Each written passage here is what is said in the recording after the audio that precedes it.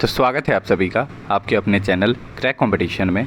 और दोस्तों, जैसा कि आप सभी का एसएससी एमटीएस का परीक्षा चल रहा है, तो दोस्तों आज है आपका 15 मई और आज आपके सेकेंड शिफ्ट का एग्ज़ाम कंप्लीट हो चुका है। तो दोस्तों, इसमें आपके 10 से 15 क्वेश्चन जितने मिल पाए हैं उतने प्रश्न आपके लिए लाए गए हैं और सारे प्रश्न दोस्तों आपके एक्स्ट्रा फैक्ट्स के साथ हैं, जो कि आपके आगे आने वाले शिफ्टों के लिए इम्पॉर्टेंट रहेंगे। तो चलिए शुरू करते हैं दोस्तों।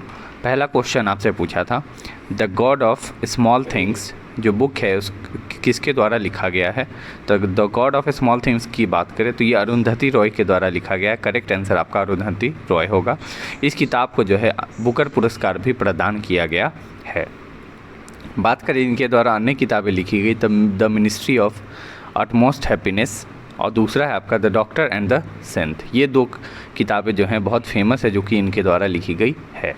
बात करें सेकेंड है दोस्तों, ब्लू अम्ब्रेला। दो पुस्तक से था, एक ये था आपका और एक ये। ब्लू अम्ब्रेला पुस्तक के लेखक कौन है? तो दोस्तों राइट आंसर आपका रहता रस्किन बॉन्ड। बात करें तो इन्हें 1992 में साहित्य अकादमी पुरस्कार दिया गया, 1999 में पद्मश्री और 2014 में पद्म विभूषण से सम्मानित किया गया है। तो ये सारे एक्स्ट्रा फैक्ट्स को आपको ध्यान रखना है। नेक्स्ट है, ब्रिटेन के संविधान से क्या क्या लिया गया है, ये सवाल आपसे पूछा था।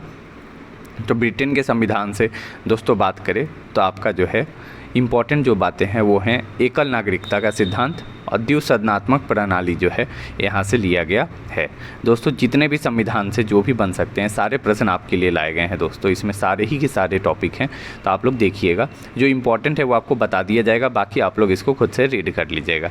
कनाडा की संविधान से बात करें तो दोस्तों इसमें आपके राज्यपाल की नियुक्ति है, ठीक है, और सुप्रीम कोर्ट का परामर्श न्याय। तीसरा है दोस्तों अमेरिका में बोले तो संविधान की सर्वोच्चता, मौलिक अधिकार, जुडिशियल रिव्यू, ठीक है, राष्ट्रपति का निर्वाचन और महाभियोग जो उन पे चलता है सो, उपराष्ट्रपति, सुप्रीम कोर्ट, ये सारी चीज़ें जो हैं यहाँ से लिए गए हैं। एक और चीज़ है वित्तीय आपातकाल, ये भी आपका इम्पोर्टेंट है। तो ये सारा जो पॉइंट है आपसे पूछता है एग्जाम में। नेक्स्ट है फ्रांस से। तो फ्रांस से अगर पूछे आपसे तो एक ही चीज़ बस आपको ध्यान रखना है, प्रस्तावना में जो स्वतंत्रता, समता और बंधुत्व है ये तीनों फ्रांस से लिया गया है। रूस से आपका जो सवाल बनता है वो बनता है मौलिक कर्तव्य कहाँ से लिया गया। तो आप सभी को ध्यान रखना रहता है कि मौलिक कर्तव्य और मूल कर्तव्य जो है यहाँ से लिया गया है, ठीक है। दक्षिण अफ्रीका की बात करें तो दक्षिण अफ्रीका से लिया गया है, इम्पोर्टेंट बस एक है, राज्यसभा के सदस्यों का निर्वाचन, ठीक है, और संविधान संशोधन की प्रक्रिया, ये भी इम्पोर्टेंट है दोस्तों बहुत ज़्यादा, कॉन्स्टिट्यूशनल अमेंडमेंट। जर्मनी की बात करें तो आपातकाल, ठीक है। इसके अलावा दोस्तों बस इतना ही आपका जर्मनी का, बाकी आप पढ़ लीजिएगा। आयरलैंड से बात करें तो अभी हाल ही में सवाल पूछा था कि राज्य के नीति निर्देशक तत्व यानी कि डीपीएसपी कहाँ से, तो आयरलैंड से, ये आपको ध्यान रखना है। इसके अलावा राष्ट्रपति के निर्वाचक मंडल, जो कि आपको बस 2 पॉइंट आपको इससे ध्यान रखनी है। ऑस्ट्रेलिया से अगर आपसे पूछे तो समवर्ती सूची, जो कि हमेशा पूछता है, और केंद्र और राज्यों के बीच शक्तियों का विभाजन, ये आपसे 2 चीज़ पूछता है। जापान से दोस्तों उतना आपसे नहीं पूछता। तो ये सारे जो पॉइंट्स हैं आपको ध्यान रखनी है। नेक्स्ट है 2022 के साहित्य का नोबेल पुरस्कार किसने जीता है। तो साहित्य के नोबेल पुरस्कार की बात करें तो एनी एडनॉक जो है इन्होंने साहित्य का नोबेल पुरस्कार जीता है। आइए देख लेते हैं जितने भी नोबेल पुरस्कार विजेता हैं वो सारे देख लेते हैं। तो सबसे पहले है फिजियोलॉजी या फिर मेडिसिन के क्षेत्र में किसे मिला। तो प्रोफेसर स्वंते पाबो को जो है मिला है। योगदान दोस्तों आप लोग पढ़ लीजिएगा खुद से। रसायन विज्ञान की बात करें यानी कि केमिस्ट्री की, तो केमिस्ट्री में 3 लोग को मिला है, कैरोलीन मोर्टेन और बेरी सापलेस, ये 3 को जो है केमिस्ट्री का नोबेल पुरस्कार मिला है। नेक्स्ट है दोस्तों फिजिक्स की बात करें तो 3 है दोस्तों, इसमें भी आपके एलन, जॉन और एंटन जिलिंगर, ये 3 जो हैं दोस्तों आपके फिजिक्स से पुरस्कार मिला है। साहित्य जो कि आपका क्वेश्चन पूछा था दोस्तों, एनी एडनॉक को मिला है। बात करें इनका तो साहस और नैदांतिक तीव्रता के लिए, जिसके साथ वह व्यक्तिगत स्मृति की जड़ों, व्यवस्थाओं और सामूहिक प्रतिबंधों को उजागर करती है। तो इस फील्ड में जो है इनको इस कारण से साहित्य का पुरस्कार दिया गया है। नेक्स्ट है दोस्तों शांति की बात करें तो शांति की पुरस्कार जो है वो दोस्तों वो मिला है एलिस बिलेस्की को। उसके अलावा रूसी मानवाधिकार संगठन मेमोरियल को, और जो यूक्रेन में है मानवाधिकार संगठन सेंटर फॉर सिविल लिबर्टीज, इसको। तो आपको सबसे इम्पोर्टेंट ध्यान देना है यूक्रेन का, क्योंकि यूक्रेन का आपके ऑप्शन में आ सकता है। इसके अलावा अर्थशास्त्र की बात करें इकोनॉमिक्स की, तो इसमें मिला है दोस्तों बेन एस बर्नान को, डगलस डब्ल्यू डायमंड और फिलिप एच को जो है ये पुरस्कार से सम्मानित किया गया है। ये जो भी है दोस्तों ये आप एक्स्ट्रा पढ़ लीजिएगा PDF। साथ ही साथ दोस्तों जिन लोगों ने भी एग्ज़ाम दिया है या फिर जिन लोगों ने भी एग्ज़ाम देकर आएंगे तो वो लोग को जो है इस नंबर पे व्हाट्सएप पे आपको मैसेज करके क्वेश्चन भेजनी है और शिफ्ट लिखकर आपको क्वेश्चन बताने हैं। ठीक है दोस्तों, जितने ज़्यादा क्वेश्चन हो सके उतने ज़्यादा बताने की कोशिश कीजिए ताकि आपके जो एनालिसिस है वो फिर एकदम करेक्ट हो सके। और बात करें अगर आपको PDF चाहिए तो आप टेलीग्राम जो लिंक है डिस्क्रिप्शन में आप वहाँ से PDF डाउनलोड कर सकते हैं। ठीक है दोस्तों, और अगर आपको यहाँ तक ये वीडियो मेरा अच्छा लगा हो तो दोस्तों वीडियो को लाइक करें, शेयर और इस चैनल को सब्सक्राइब कर ले ताकि आपको इस चैनल से रिलेटेड सारे अपडेट्स मिलते रहें। तो चलिए आगे बढ़ते हैं। सुंदरबन की सीमा किस देश से लगती है? तो दोस्तों सुंदरबन की सीमा की बात करें तो ये आपके बांग्लादेश जो है उससे बस लगती है। इसके अलावा बाकी सारे भारतीय देश इसमें हैं। भारतीय देश नहीं, भारतीय स्टेट हैं दोस्तों। सुंदरबन डेल्टा जो है दुनिया का सबसे बड़ा डेल्टा है और ये डेल्टा किस दो नदी के कारण बनता है? तो एक है गंगा और दूसरा है आपका ब्रह्मपुत्र। नेक्स्ट दोस्तों सवाल कुछ ऐसा पूछा था, चरकुला नृत्य से रिलेटेड था कि ये किस राज्य का है?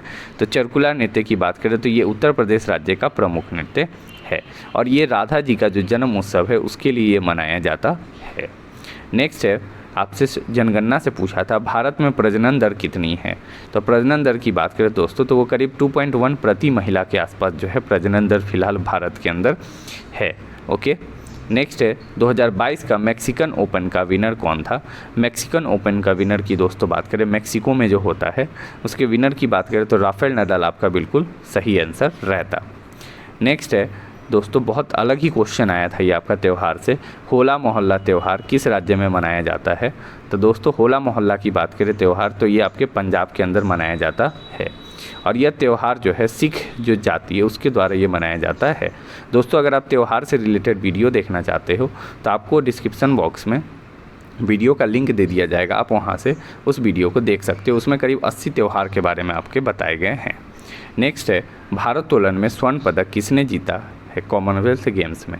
तो कॉमनवेल्थ गेम्स में भारोत्तोलन में स्वर्ण पदक जीतने वाली मीराबाई चानू थी, इन्होंने जो है ये पदक जीता था। ओके, नेक्स्ट है 2022 में दिल्ली में नगर निगम की कितनी सीटें थी?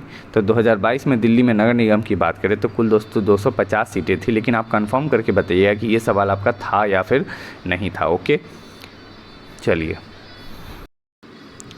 नेक्स्ट सवाल है उत्तराखंड की दूसरी सबसे ऊंची चोटी कौन सी है? ये आपसे पूछा था। तो दोस्तों दूसरी सबसे ऊंची चोटी की बात करें तो कामेट जो है वो उत्तराखंड की दूसरी सबसे ऊंची चोटी है।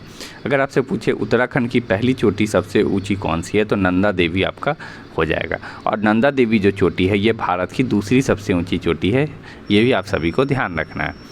नेक्स्ट है 1983 का वर्ल्ड कप कहाँ पर आयोजित हुआ था? ये आपसे सवाल था।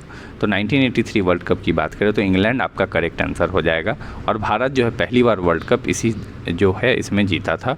किसे हराकर? तो वेस्ट इंडीज़ को हराकर। ये भी चीज़ें आपको ध्यान रखनी है। बात करें दूसरी बार भारत ने 2011 में वर्ल्ड कप जीता था।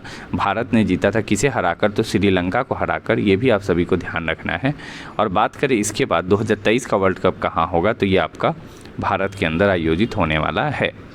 नेक्स्ट है ईस्ट इंडिया कंपनी ने भारत पर पूरी तरह से कब्जा कब किया था? दोस्तों तो ईस्ट इंडिया कंपनी की बात करें तो जो 1857 की जो क्रांति हुई थी उसके बाद से पूरी तरह से कंट्रोल जो है वो चला गया था ईस्ट इंडिया आपके जो ब्रिटिशर्स थे उनके पास, यानी कि 1858 से ये चला गया था। ऐसे आप कमेंट करके बताइए कि ये क्वेश्चन आपका सही है या फिर नहीं है। नेक्स्ट है गेहूँ उत्पादन में दूसरे नंबर पर कौन सा देश है? तो गेहूँ उत्पादन की बात करें तो भारत जो है वो दूसरे नंबर पे है। अगर प्रथम नंबर आपसे पूछे पहले नंबर तो वो आपका हो जाएगा चीन।